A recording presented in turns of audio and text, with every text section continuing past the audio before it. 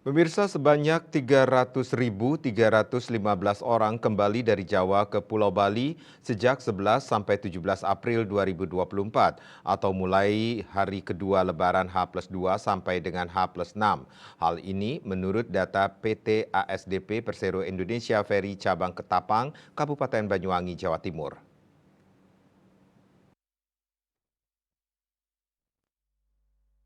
Dari data ini diperkirakan persentase arus balik sudah mencapai 71% dibandingkan pada saat arus mudik dari Gilimanuk, Bali ke Ketapang, Banyuwangi.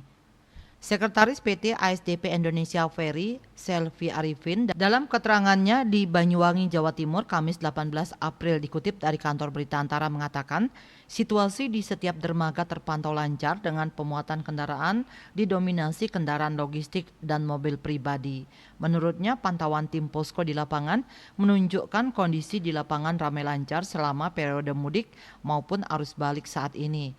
Untuk mengantisipasi kepadatan, kata Selvi, opsi untuk mengurai arus kendaraan menuju pelabuhan seperti delaying system serta penyekatan kendaraan telah ketika arus lalu lintas menuju pelabuhan mulai padat. Posko Pelabuhan Ketapang memantau penyeberangan dari Jawa menuju Pulau Bali dengan lintas Ketapang menuju Gilimanuk, mencatat jumlah kapal yang beroperasi sebanyak 31 unit armada kapal.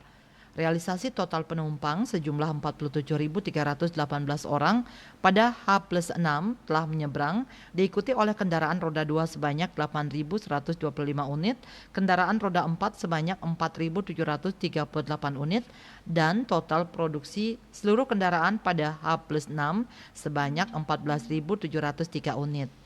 Sementara total seluruh kendaraan secara akumulatif yang telah kembali dari Jawa ke Pulau Bali mulai 11 sampai 17 April 2024 sebanyak 83.908 unit kendaraan roda 2 dan roda 4 atau telah mencapai 65% dibandingkan jumlah kendaraan yang berangkat dari Pulau Bali saat arus mudik sebanyak 129.815 unit kendaraan.